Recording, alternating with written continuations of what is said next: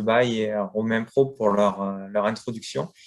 Et c'est vrai qu'en fait, vous avez dit des choses intéressantes et on va y revenir, mais le fait que je travaille donc du coup à l'hôpital sur Nîmes, au CHU de Nîmes, service ophtalmologie, à l'Institut Aramav, la clinique Basse Vision, à mon avis, vous devez connaître. Et pourquoi je rebondissais sur votre introduction? Parce que c'est le travail en collaboration avec tous les professionnels. Je pense à la rééducation, donc les orthos, les ergos, j'en oublie forcément les ophtas, les agents de locomotion. En fait, pour moi, c'est cette richesse en Basse Vision, c'est le savoir comment faisons-nous pour travailler ensemble. Et ça rejoint un peu ce que vous disiez tout à l'heure. Je pense que ça va être complémentaire et je languis d'avoir la discussion avec vous tous sur vos points de vue. Moi, je vous présente mon testing en basse vision. C'est un testing optique, évidemment, mais je pense que les autres professionnels, vous allez vous y retrouver aussi. Et je languis d'avoir vos points de vue vraiment et je suis ouvert à la conversation et à la discussion. Voilà, je suis également formateur en basse vision, formateur DPC et secrétaire général et administrateur donc, de notre association Ariba. Je vais lancer le diapo donc, pour mon testing en basse vision. Donc, du coup, déjà, je vous invite à suivre ma présentation avec le magazine, la revue Ariba numéro 47, le dernier numéro. Voilà. En fait, vous pouvez retrouver le gros de ma présentation dans l'article qui commence, voilà, page 11. Donc, pour commencer l'examen de vue en basse vision, donc par rapport au patient, par exemple, je peux voir à la RAMAV, ce que je vous ai mis là, je vais essayer de comprendre le vécu du client, du patient, j'analyse un peu l'évolution de sa maladie, j'essaie de comprendre son vécu, ses angoisses, ses restrictions quotidiennes, ses demandes, ses besoins, ses loisirs, ses désirs, sa motivation, comment il est entouré, accompagné, mais surtout, c'est qu'est-ce que je fais de ma vision, qu'est-ce que je fais de mes yeux et qu'est-ce qui me manque maintenant que je suis atteint de cette pathologie qui me provoque une déficience visuelle. Quelles sont les activités que je n'arrive plus à faire? Ça, on va tout ça le voir dans l'anamnèse. Comment il a entouré, accompagné, je l'ai dit, la santé du patient, si on essaie de comprendre sa pathologie, du coup, en fonction de la pathologie, les gènes qui vont être au niveau du champ visuel ou les gènes qui sont ressentis donc, par le sujet. Les traitements généraux, un traitement oculaire, ça va être aussi dans mon anamnèse. L'évolution de la pathologie dans le temps, je comprends bien que c'est une rétine pigmentaire, ça va évoluer de telle ou telle façon. Cette opération, la santé visuelle de sa famille. En tout cas, ce qui est sûr, c'est que la vision, ce que je vous ai marqué, pourra être plus efficace, plus confortable grâce à une correction optique optimale et grâce aux aides techniques qu'on peut proposer. Je n'ai pas cité aussi les autres, ce que je vous disais, les autres rôles des professionnels de la vision. Là, sur ce tableau, vous pouvez essayer de voir anamnèse et handicap, quels sont les gènes qui sont ressentis par le client. Est-ce que ça va être d'abord plus la lecture, plus l'écriture, plus les travaux ménagers, la couture, les jeux de société? Pourquoi ça va être intéressant? Parce que vous allez le voir ensuite dans la présentation, en fonction de l'activité que le sujet n'arrive plus à faire ou l'activité vraiment les gènes sont les plus ressentis, ça va différer sur mon examen de vue au niveau, je pense surtout, le calcul de système grossissant en vision de près. Donc, intéressant d'analyser les gènes ressentis par le client, le patient. Une réfraction donc en basse vision, donc je vous ai marqué anamnèse handicap. On va mesurer les lunettes du client, du patient. On va regarder les aides visuelles qu'il possède. Et deuxième point, appréciation perceptuelle. Je vais essayer avec plus ou moins 0,5 en vision de loin, de voir si l'acuité augmente, diminue. Mais là où j'attire vraiment votre attention, c'est sur ce numéro 3. Parce que donc, du coup, on va faire un examen de vue, on va dire classique, comme on connaît tous. Mais en basse vision, on va essayer de calculer la sensibilité rétinienne du sujet. En effet, nous, sur notre examen de vue, on commence la sphère avec un brouillard. Bon, si j'ai une personne âgée, on ne sera pas obligé de monter trop en brouillard. Un sujet jeune, rétine pigmentaire, on pourra lui faire un brouillard plus classique. Mais pourquoi c'est intéressant cette sensibilité rétinienne? parce que nous, sur nos examens de vue, je brouille et puis après, je débrouille de 0,25 en 0,25. Mais un sujet qui a une acuité, admettons, de 2 dixièmes, est-ce qu'il ne va pas ressentir un 0,25 de différence? Et c'est là où la formule est intéressante. Sensibilité rétinienne, c'est 2 sur la Vmax. Ça veut dire, donc, 2 dixièmes, bien, je vais avoir un ressenti avec une dioptrie de changement, par exemple, en sphère. D'accord? Donc, cette formule, il y aura 4 formules à retenir et celle-là en est une. Sensibilité rétinienne 2 sur AVmax. Pour avoir la Vmax, donc je prends les lunettes du client, du patient, et je vais regarder son acuité visuelle avec lunettes et pour essayer de trouver donc la Vmax. Je regarde son acuité visuelle. Le mieux, c'est sur une échelle TDRS, évidemment. L'échelle TDRS, c'est je projette les lettres à 4 mètres. La distance optimale de l'examen, c'est donc 4 mètres. Et je vais compter le nombre de lettres lues par le sujet. Après, sur ma grille, j'ai la correspondance entre le nombre de lettres, ça c'est un exemple de grille TDRS que vous voyez là, le nombre de lettres lues sur l'échelle TDRS et j'ai la correspondance en dixièmes. Ce qui est bon à l'échelle TDRS, c'est que c'est précis parce qu'on arrive à voir, par exemple, sur un sujet, on arrive à comprendre l'évolution de son acuité visuelle, mais à la lettre près, d'accord? Donc, le score varie à la lettre. Donc, c'est peut-être plus précis que l'échelle de Monouillet. Ce qu'il y a de bon aussi, c'est qu'avec, si mon sujet lit moins de 20 lettres à 4 mètres, je vais rapprocher mon échelle TDRS à 1 mètre et je recommence le calcul. Sachant que l'échelle TDRS, ça pourrait mériter un autre webinaire parce qu'il y a tout un protocole et il y a plus de choses à dire que ce que je viens de faire là. Donc, on y reviendra une autre fois ou peut-être un autre article dans le magazine Arriba. Donc, je vais regarder la sphère qui donne la meilleure acuité visuelle.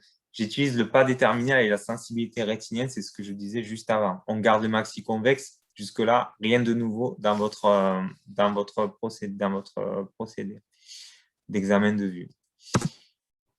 Je vais ensuite, sphère maxi-convexe, je vais regarder au niveau du cylindre. Le cylindre, donc toujours pareil, au niveau de mon examen de vue, déjà en basse vision, elle se passe, et j'aurais dû le dire tout à l'heure, tout se passe sur la lunette d'essai. Sur la lunette d'essai pour avoir un grand champ de vision, d'accord? Si j'ai une stratégie d'un sujet qui excentre le regard, donc tout se fait en lunette d'essai. Je vais prendre un CCR pour cylindre et axe, le CCR, le cylindre croisé par retournement. Je vais le prendre de la puissance égale à la sensibilité rétinienne. Tout à l'heure, je vous ai cité un exemple, un sujet avec 2 dixièmes d'acuité. Du coup, 2 sur 2, on avait dit que la sensibilité rétinienne, c'est de 1 dioptrie. En sphère, on a dit le pas serait de 1 dioptrie. Mais le CCR, que je choisirais aussi pour mes lunettes d'essai, ça serait aussi un CCR en fonction de la sensibilité rétinienne. 1 dioptrie, 0,5 si j'ai 2 sur, on l'a dit tout à l'heure, 4, admettons. Donc, c'est le CCR ainsi que la sphère va dépendre donc de la sensibilité rétinienne. Voilà. Ensuite, à la fin de donc j'ai fait la sphère avec un pas, on l'a dit tout à l'heure, sensibilité rétinienne. J'ai fait mon cylindre, donc axe, puissance, OK, avec toujours pareil, cette sensibilité rétinienne, la puissance. À la fin de en mono, à la fin de cela, je prends mon système télescopique de Galilée que je vais placer au-dessus je veux dire sur ma lunette d'essai, je le clipse et je regarde si l'acuité visuelle gagne de 2 fois, sachant que le système de Galilée, ce système-là télescopique, ça va vous grossir de 1,8 ou de 2,1 fois. Donc, le but, c'est qu'avec mon système de Galilée, en VL, je dois avoir un gain d'acuité de 2 fois. Sinon, je reprends la réfraction. D'accord ? Pour l'équilibre bio et bino, c'est l'étape d'après sur mon examen de vue. Je ne vous apprends rien. En cas d'iso-acuité, j'ai la même acuité, je vais faire l'occlusion alternée. C'est ce qui est le plus rapide. C'est ce que je fais dans mon testing à la RAMAV. L'occlusion alternée, donc du coup, vous vous rappelez, je brouille et puis je demande au sujet si la vision est plus nette à droite, gauche, droite, gauche, droite, et je brouille l'œil le plus net, d'accord, pour essayer d'égaliser les accommodations. Dissociation par prisme, vous connaissez aussi, moins fait en pratique d'après moi. Et en iso-acuité, je mets mon rouge-vert que vous connaissez aussi, où je fais pareil, je peux dissocier mon rouge-vert avec prisme, comme ça je fais équilibre bio et bino. La vision binoculaire. Vision binoculaire avec les filtres polarisés n'est pas réalisable. Pourquoi? Filtre polarisé, vous l'avez vu dans l'équilibre bio-bino, et ainsi là, dans la vision binoculaire, je ne prends pas mes filtres polarisés car l'acuité est trop faible.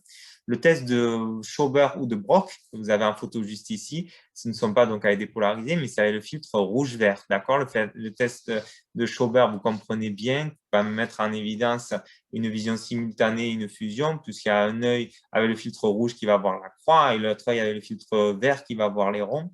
Tandis que le test de Brock, lui, va me faire un semblant de stéréoscopie. Donc ça, je mets en avant là si j'ai donc cette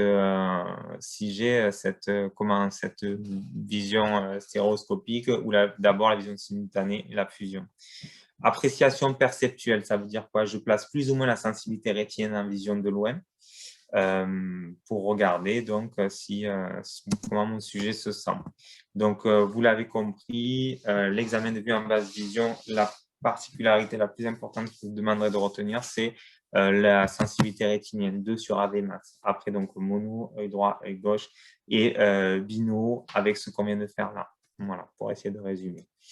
Alors, une fois que j'ai fait tout ça, maintenant arrive le moment où je vais réfléchir sur mon contraste en vision de loin. Là, à la RAMAV, c'est un travail qui est remarquable, qui est fait par les orthoptistes, essayer de trouver le bon filtre qui va apporter un confort, oui, au patient. Et j'ai entendu dire, et je pense que c'est une erreur d'après moi, tu as telle pathologie, donc il te faut tel filtre. Et ami opticien, je ne sais pas si vous vous souvenez, mais au niveau du Bac+2, du BTS, je m'en rappelle très bien. J'ai ma DMLA ou j'ai ma rétine pigmentaire, je vais prendre un filtre RT de chez Essilor. En fait, c'était la pathologie, tel filtre. Et pour moi, ça, c'est assez erroné. Pourquoi? Parce que quand j'ai eu à choisir un filtre, ce que j'ai cherché à faire, c'est j'ai cherché le contraste minimum vu par le patient, par le sujet. Donc, j'ai essayé de mettre une échelle TDRS, admettons son AV max, échelle TDRS, avec sa correction sans filtre, voir quel est le contraste min que le sujet me voyait. S'il me voyait 100%, 80%, je ne sais pas, s'il bloquait là. Et après, je passais les filtres.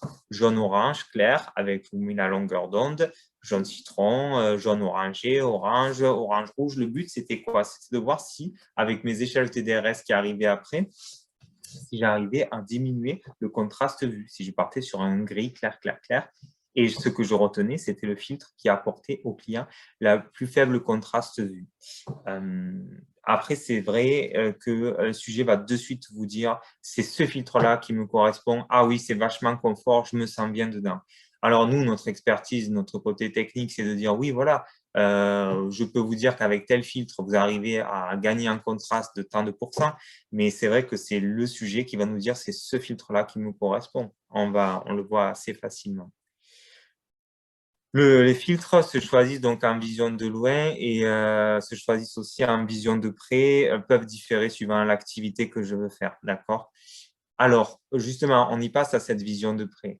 La vision de près, je pense que ça va être le gros de notre travail, de notre testing.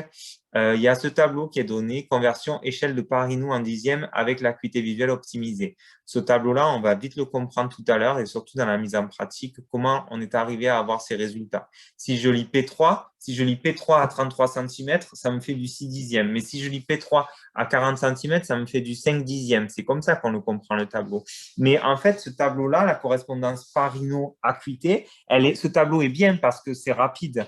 Mais en soi, on verra tout à l'heure dans les cas concrets, moi, je vous proposerai avec le Paris-Nou et la distance de lecture de votre client ou de votre patient, parce qu'on n'a pas forcément un patient qui va nous lire à 40 ou à 33, d'accord? Donc, je vous montrerai de suite après comment je fais pour arriver à avoir une acuité dixième vision de près en fonction du Paris-Nou qui est lu. On y vient de suite après.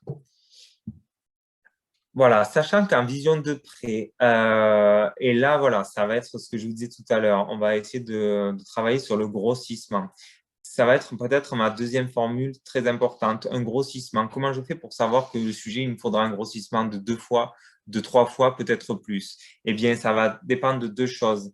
Donc, le grossissement, c'est l'AV nécessaire, donc l'acuité visuelle dont il a besoin.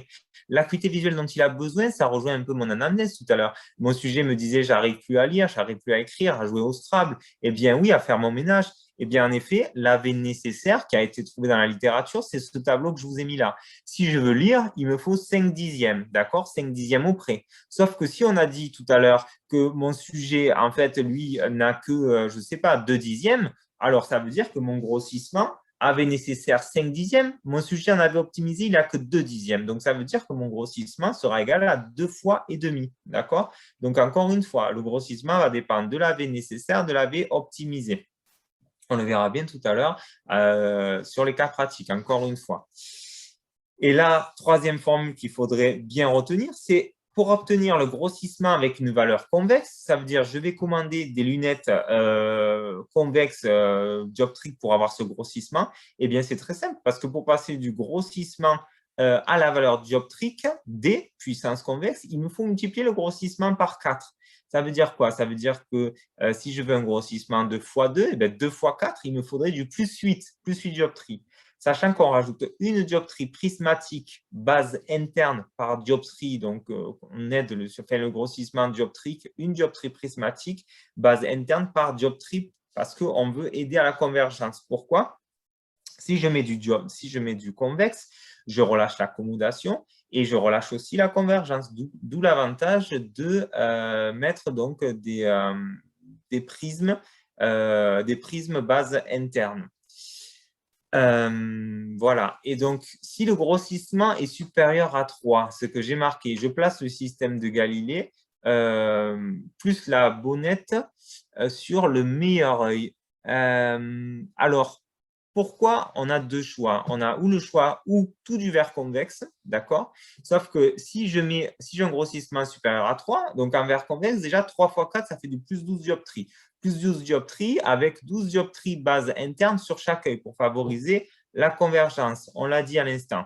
Mais si j'ai un grossissement qui est supérieur à 3, là, je vais intégrer mon système de Galilée. Système de Galilée plus une bonnette. Alors, c'est quoi? Système de Galilée plus une bonnette, ça vous revient à cette photo-là. Le Galilée, il est ici. La bonnette, c'est une valeur de verre convexe qu'on va clipser sur le Galilée. Alors, comment je fais pour la trouver, la valeur de ma bonnette? Le grossissement total, donc tout à l'heure, on avait parlé, où je vais prendre des valeurs plus simples. Si on veut un grossissement de 3 fois, si je veux un grossissement de 3 fois, attendez, je vais essayer de vous trouver ça. Voilà. Donc, si je veux un grossissement de 3 fois avec mon Galilée, on l'a dit tout à l'heure, qui fait x2, j'essaie de vous trouver là une photo aussi.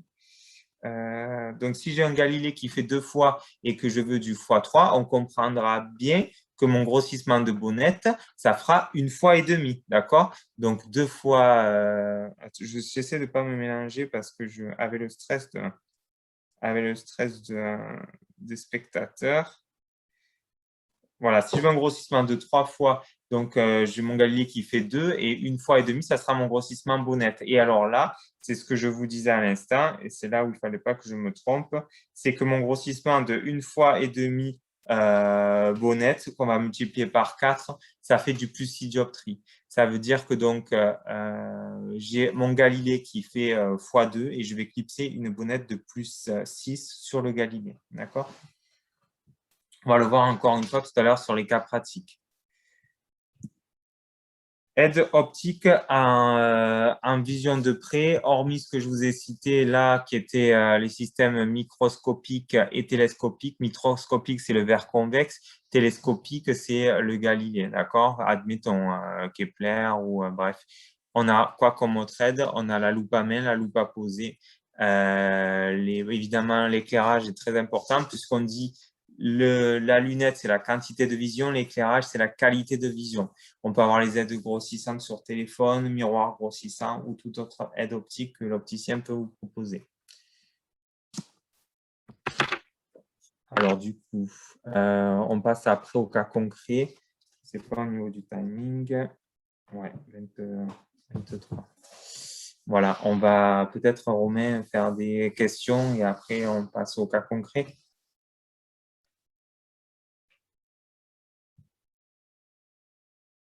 J'ai pas j'ai pas le retour son.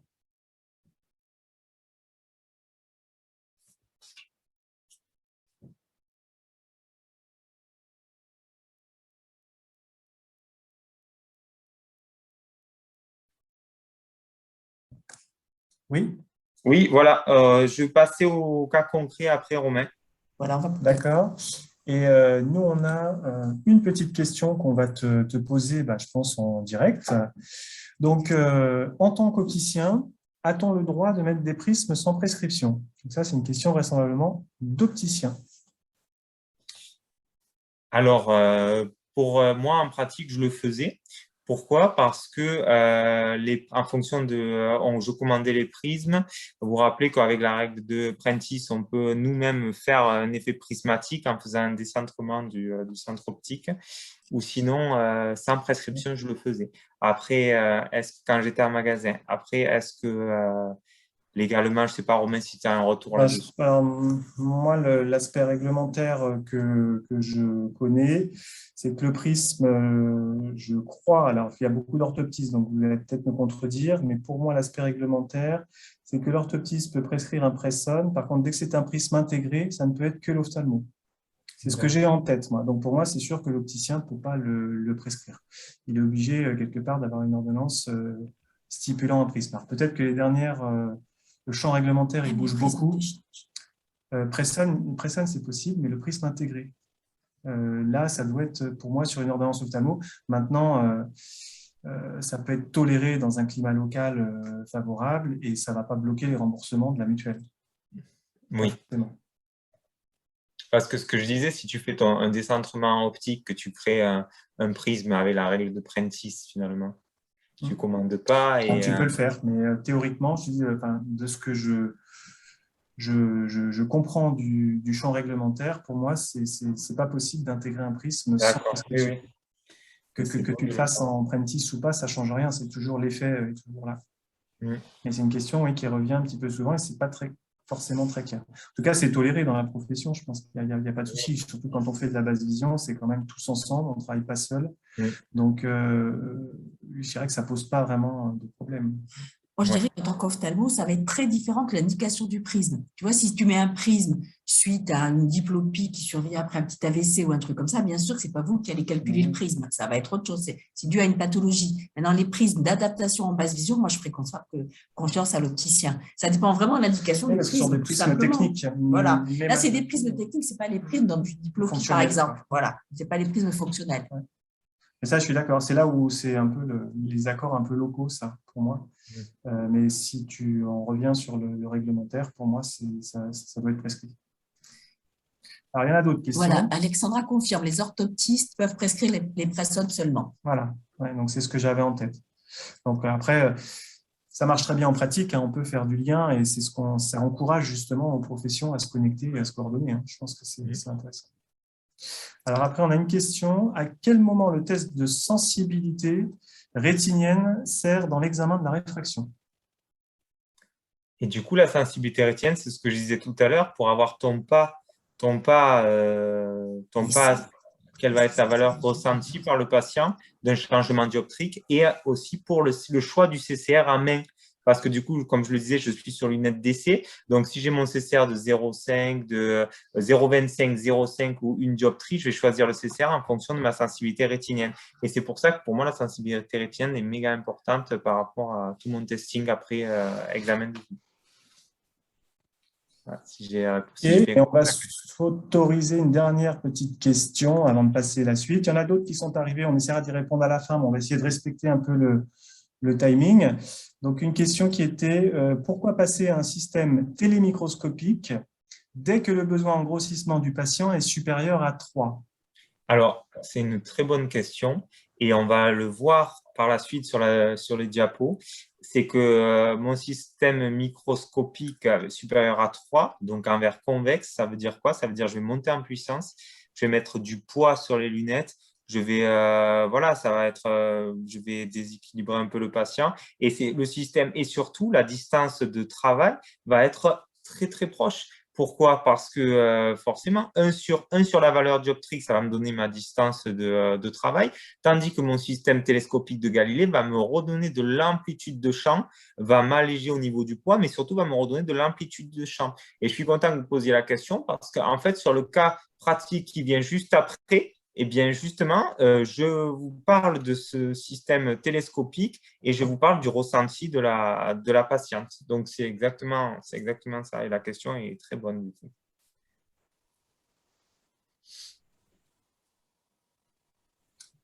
Allez, pour la route, on s'en fait une petite dernière qui est peut-être pas très longue, comme on a encore 1 minute. Ça concerne, c'est intéressant, ça concerne l'éclairage. C'est-à-dire, Oui. finalement, quand tu fais l'examen de sensibilité au contraste, comment tu le fais? Avec les filtres, avec l'éclairage, sans tout ça? Est-ce que tu en fais plusieurs mesures? Puisque la question se pose sur un biais, finalement, sur le résultat. Donc, dans quelles conditions tu vas mesurer cette sensibilité? La sensibilité, oui, c'est une bonne question. La sensibilité au contraste, ce que je disais tout à l'heure, je la fais en conditions naturelles. Et savoir si le sujet ressent plus des gènes à l'intérieur, chez lui, suivant son activité. Est-ce que c'est dans le salon? Est-ce que c'est en extérieur? Ça va être vraiment en conditions naturelles. Et après, si je veux le faire en salle d'examen de vue, je le fais avec le même éclairage que j'avais pendant mon examen de vue et je fais tester les filtres à ce moment-là sur mon échelle TDRS, donc mes échelles TDRS de différents contrastes. Voilà. D'accord. Écoutez, on vous remercie toutes et tous pour vos questions. On va enchaîner. Il y en a encore quelques-unes qui sont restées. Eh bien, on se fera un plaisir de les échanger tout à l'heure. Donc,